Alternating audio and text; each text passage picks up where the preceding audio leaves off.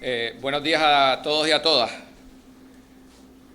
Como todos los lunes, vamos a hacer un breve recuento de algunos temas de interés en el país y a contestar sus preguntas sobre cada uno de ellos. Eh, Comenzamos, pues claro está, haciendo un llamado y una exhortación a la ciudadanía a que se mantenga informada sobre el racionamiento de agua. El comportamiento de la ciudadanía es crucial para que sigamos tratando de ahorrar en el consumo de agua y poder lograr trabajar con este racionamiento y esta sequía que tenemos. Mucha prudencia es la exhortación a todos los ciudadanos en este tema. Sobre el tema de seguridad, que siempre le damos una actualización durante todos los lunes, continuamos con una reducción de 22% en los asesinatos comparado con el año 2014, 85 asesinatos menos con el año 2014, que fue el menor en la última década. En términos de asesinato en el país, el plan de esta administración continúa dando resultados en el tema de seguridad y pues continuamos redoblando nuestros esfuerzos atendiendo este tema. En términos de la Autoridad de Energía Eléctrica, el viernes la Comisión Federal Reguladora de Energía emitió y publicó la orden concediendo la autorización de la Ley de Gas Natural. Esto es un paso importante en la construcción del puerto de Aguirre, que como ustedes saben es fundamental en los planes de reestructuración que tiene la Autoridad de Energía Eléctrica para cumplir con los estándares federales y mantener una tarifa estable de luz a los ciudadanos.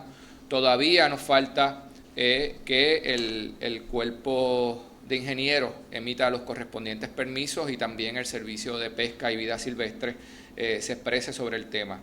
Continuamos los esfuerzos de esta administración en términos de las agencias federales, poniendo toda la presión necesaria para lograr que este proyecto cuente con todos los permisos necesarios para cumplir con nuestro proyecto de hacer este puerto de gas natural tan importante para diversificar la energía en nuestro país, tener unas tarifas estables de energía eléctrica y poder cumplir con los estándares ambientales.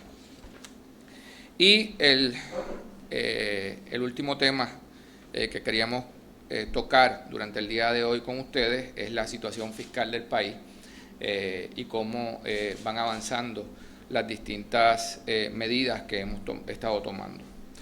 En términos de la noticia que se publica hoy relacionada a las cooperativas, nuestro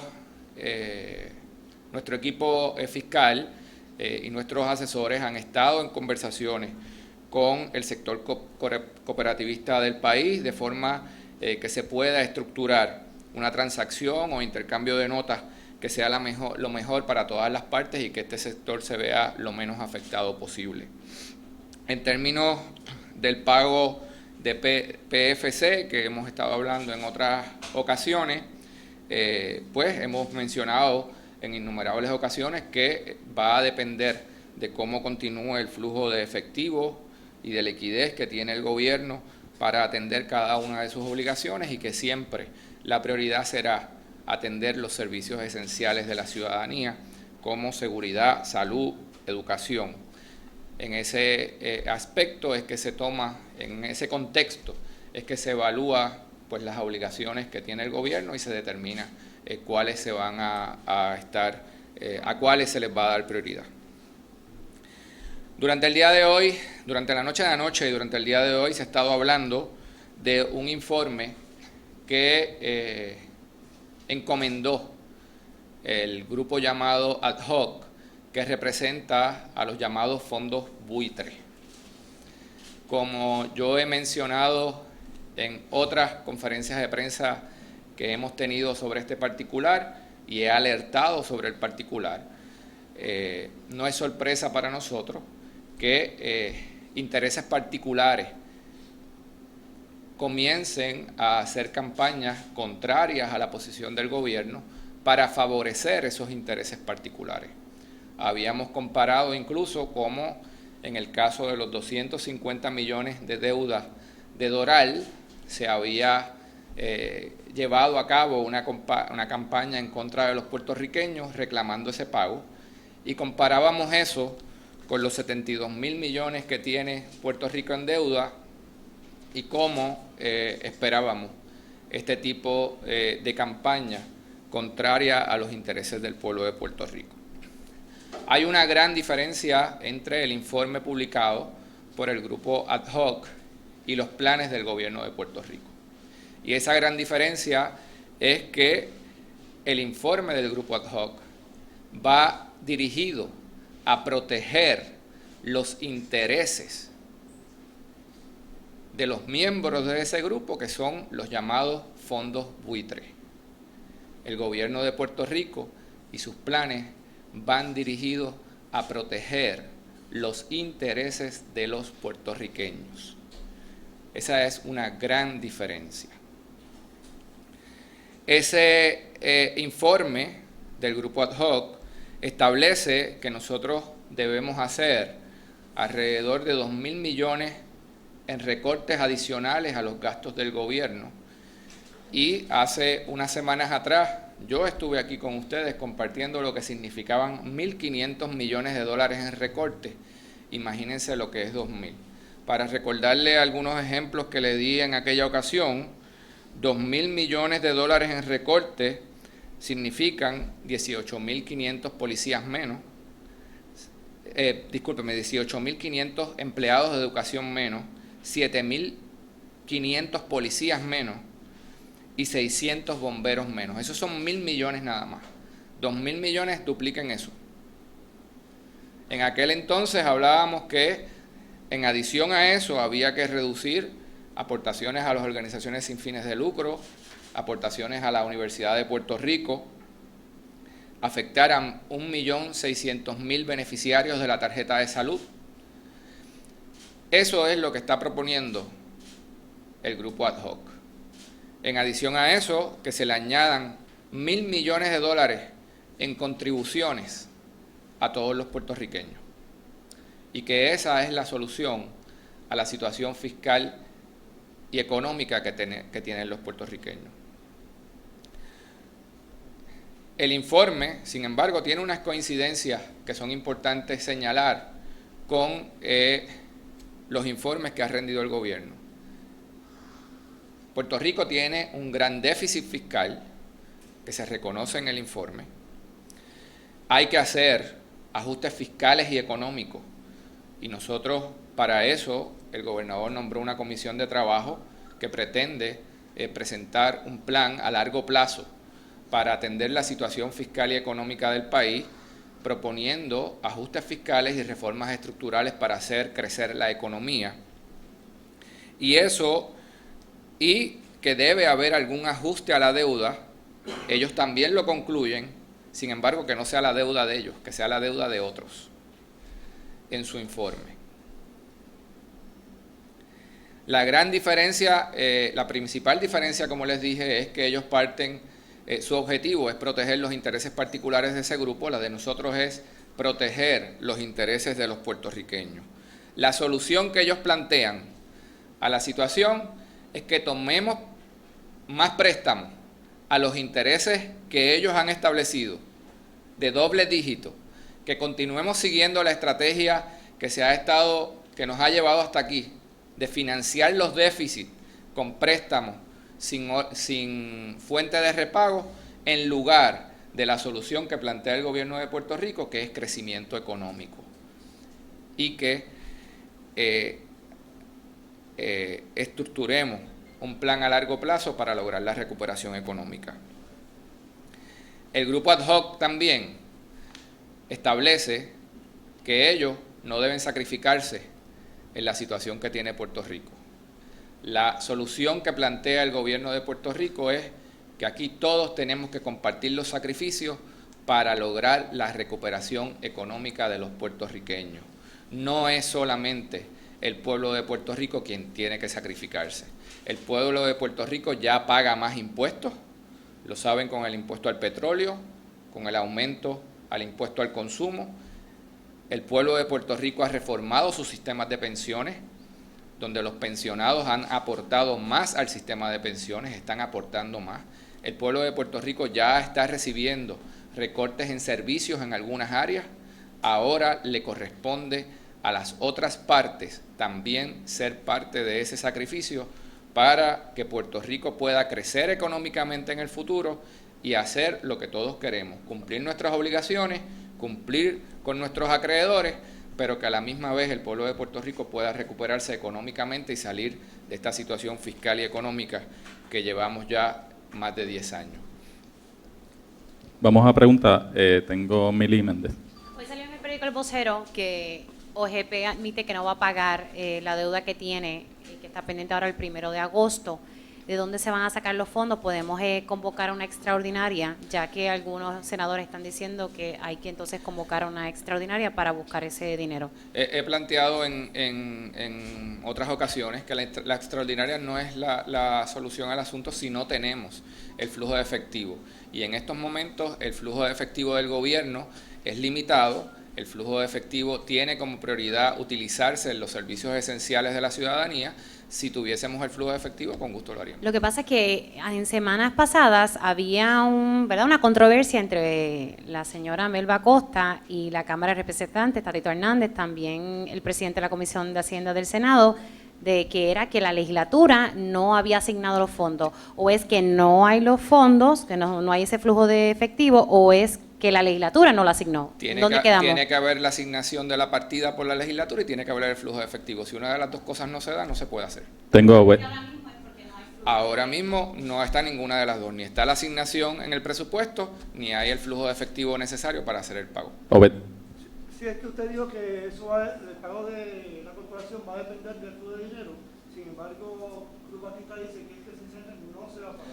Ya ahí es que no va a depender, si es que no se va a pagar. Bueno, ahora mismo no tenemos el flujo de efectivo para hacer el pago. Esa es la realidad que vivimos. Si el flujo de efectivo mejorara por algunas razones que quizás no tenemos contempladas hoy, pues entonces se podría hacer el pago. Pero entonces, el presidente del PNP, Pierluisi, dijo hoy que esto es una estrategia para ayudarnos al impago y renunciar con mejores condiciones. Nuestra intención es cumplir con nuestras obligaciones. Nuestra intención es cumplir con las obligaciones. Eso va atado a que tenemos como primera instancia proteger los servicios esenciales que le damos a los ciudadanos y establecer prioridades. En la medida que podamos cumplir con las obligaciones, lo haremos. En la medida que no, estamos intentando lograr una reestructuración de los términos de pago de la deuda para cumplir con ella. Y una última pregunta. Yo sé que ayer me contestó una pregunta sobre el asunto de las corporaciones públicas, sobre si están en venta o no. El informe Kruger específicamente dice que se deben vender algunas corporaciones que tienen dinero para entonces refinanciar los gastos no recurrentes de la reestructuración gubernamental. Específicamente, el informe de Kruger recomienda la venta de la Corporación del Fondo del Seguro del Estado. Yo quiero ver si hay una posición específica sobre ese particular. Mira, nosotros en ocasiones anteriores hemos favorecido las alianzas público-privadas.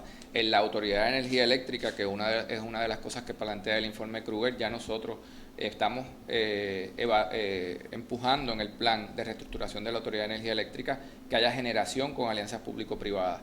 La posibilidad de otras alianzas público-privadas son parte del análisis que está haciendo el grupo de trabajo fiscal y económico que nombró el gobernador y que van a ser parte del plan a largo plazo. El punto de partida, el punto de partida de ese informe es el informe Kruger, así que son asuntos que se estarán evaluando durante ese trabajo. Cindy. Estamos hablando de que el de OGP está aceptando que podrían no pagar la deuda de PFC. Hubo un informe de Moody's que dijo que tampoco se pagaría la deuda del BGF. ¿Cuántas deudas el gobierno estaría dejando de pagar ahora en agosto? Bueno, la determinación de qué deuda se paga o qué no se paga se van a tomar en determinación del flujo de efectivo y las toma el gobierno de Puerto Rico, no las toma Moody's. Eso es lo primero. Nosotros vamos a hacer todo lo posible porque la deuda del Banco Gubernamental de Fomento se cumpla. En ese sentido, el banco está tomando unas acciones para aumentar su liquidez, que es la liquidez del banco, no la liquidez del gobierno central, y hay que aclarar eso, y para lograr ese pago. Esas medidas están en proceso, Melba las ha discutido con ustedes en innumerables ocasiones, así que veremos a ver el resultado que se da. Las de intercambio